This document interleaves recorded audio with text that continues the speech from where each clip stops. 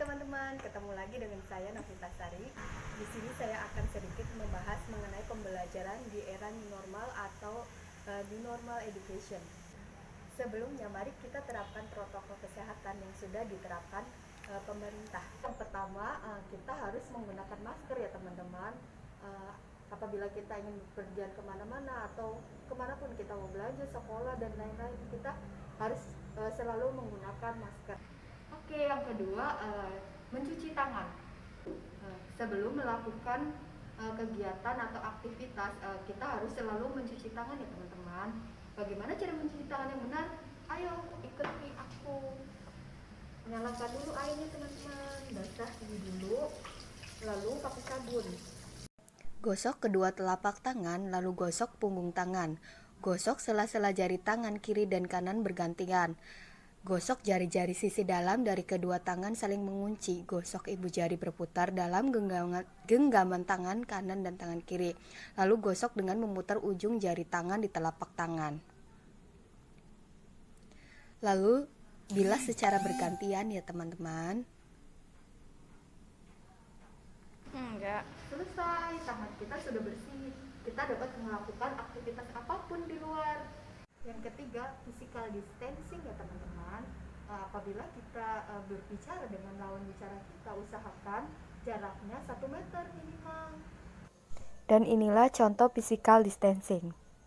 Oke, setelah kita memahami protokol kesehatan yang ditetapkan oleh pemerintah, kita lanjut ya teman-teman ke pembelajaran di era new normal atau new normal education.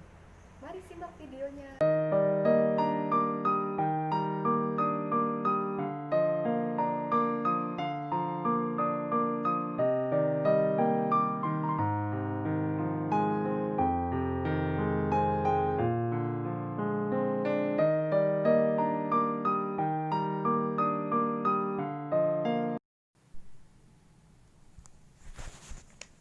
Baik, di sini kita lihat PowerPoint mengenai new normal education. Apa saja sih yang dapat kita lihat dari proses pembelajaran di era new normal seperti ini. Nah, di sini tuh ada gambar indukan burung yang sedang memberi makan anak-anaknya, yaitu kita ibaratkan seperti murid zaman old ya teman-teman. Kenapa seperti itu? Karena memang murid zaman dulu itu langsung diberikan pelajaran oleh gurunya secara langsung atau secara tatap muka. Nah, di bawahnya itu ada gambar burung yang diberi makan oleh tangan lain ya kita ibaratkan saja itu seperti murid zaman now, yaitu murid sudah harus terbiasa belajar tanpa harus disuapin atau diberikan materi oleh guru.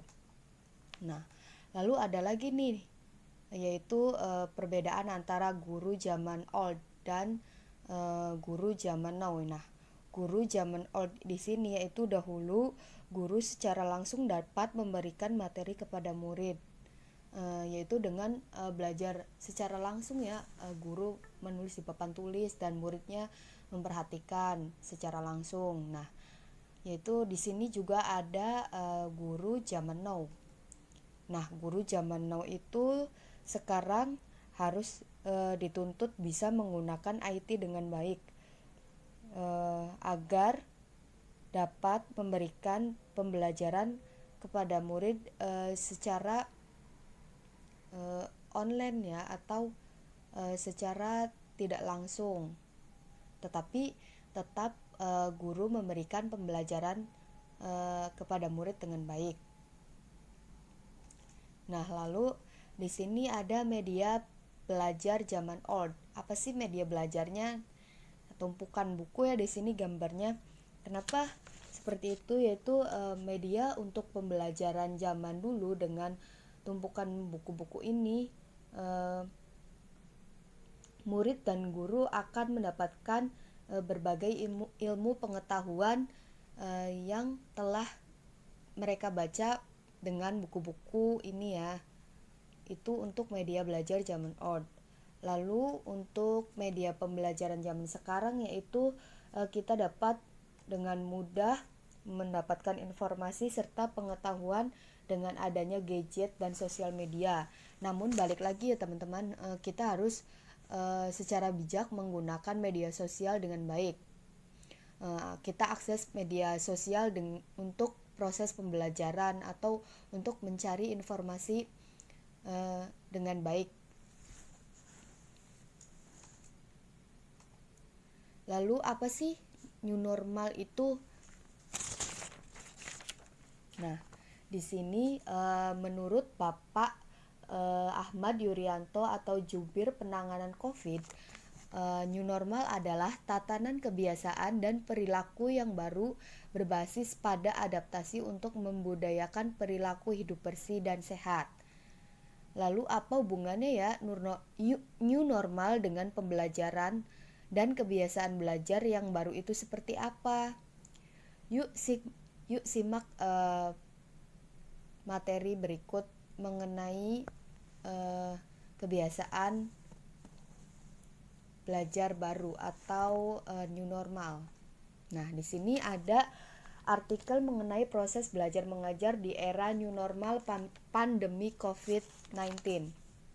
Nah, di sini ada Menteri Pendidikan dan Kebudayaan telah mengumumkan penyelenggaraan pembelajaran pada tahun ajaran baru di masa pandemi COVID. Senin tanggal 15 bulan 6 lalu. Bersama 3 kementerian lainnya, Kemenag, Kemenkes, dan Kemendagri, di antara keputusannya adalah untuk daerah yang berada di zona kuning, orange, dan merah dilarang melakukan pembelajaran tatap muka di satuan pendidikan, tetapi tetap melanjutkan belajar dari rumah atau BDR. Nah, sementara sekolah di daerah zona hijau hanya 6% atau 85 kabupaten atau kota dibolehkan melakukan pembelajaran tatap muka dengan 4 syarat, yaitu kabupaten atau kota dalam zona hijau, Pemda atau Kanwil atau kantor Kemenag memberi izin. Lalu ketiga, ada satuan pendidikan penuhi semua daftar periksa dan siap pembelajaran tatap muka. Dan yang keempat adalah orang tua setuju untuk pembelajaran tatap muka. Nah, apa aja ya yang memungkinkan untuk belajar mengajar di rumah? Nah, di sini ada pembelajaran daring atau sistem belajar online. Nah, proses pembelajaran jarak jauh dapat dilakukan melalui daring atau dalam jaringan. Pembelajaran daring sudah lama dilakukan oleh beberapa perguruan tinggi atau universitas. Jika didesain dengan benar dan terencana, pembelajaran daring tetap akan bermutu, walaupun kita tidak secara langsung atau tatap muka. Nah, sebagai guru, kita dapat memanfaatkan IT di era new normal seperti ini. Ada beberapa aplikasi atau pembelajaran daring yang dapat digunakan dalam proses belajar mengajar. Antara lainnya adalah yaitu dengan e-learning. Apa sih itu e-learning? E-learning itu adalah sistem pembelajaran elektronik yang didefinisikan sebagai sebuah teknologi informasi yang diterapkan di bidang pendidikan berupa website yang dapat diakses di mana saja. Jadi siswa itu dapat mengakses pembelajaran di mana saja, di rumah atau dimanapun tanpa tatap muka ya. Untuk proses pembelajaran di new normal seperti ini atau pandemi seperti ini, e-learning dapat digunakan untuk proses belajar mengajar. Lalu yang kedua ada Zoom atau Google Meet. Nah, ini adalah aplikasi yang menyediakan layanan konferensi jarak jauh dan menggabungkan konferensi video, pertemuan online, hingga kolaborasi seluler. Nah, di sini itu guru dapat melakukan kegiatan belajar mengajar dengan tatap muka secara online. Lalu ada WhatsApp Group.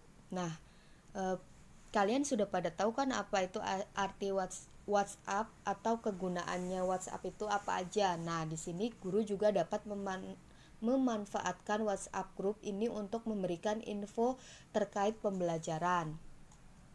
Lalu ada lagi nih teman-teman, yaitu Google Classroom. Nah, Google Classroom ini memungkinkan kegiatan belajar mengajar menjadi produktif dan bermakna dengan menyederhanakan tugas dan membina komunikasi. Mengajar dapat membuat kelas, memberikan tugas dan melihat semuanya di satu tempat. Lalu di sini ada skenario new normal di bidang pendidikan. Tadi sudah disinggung ya dari artikel, yaitu pada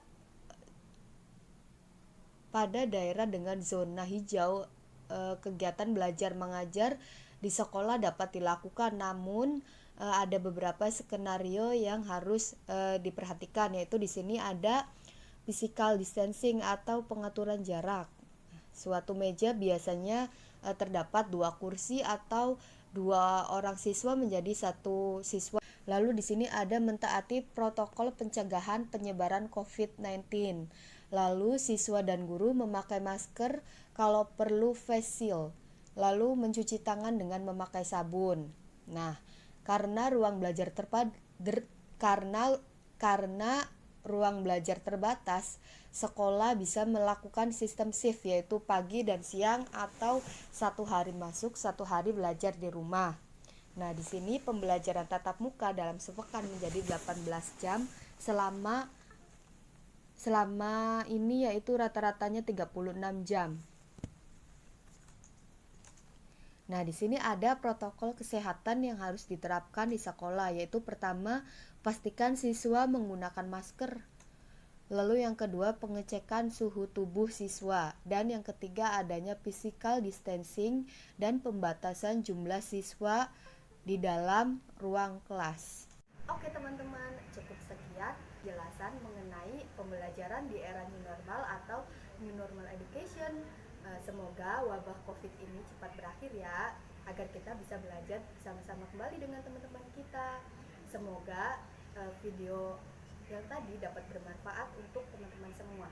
Terima kasih. Wassalamualaikum warahmatullahi wabarakatuh. Bye bye.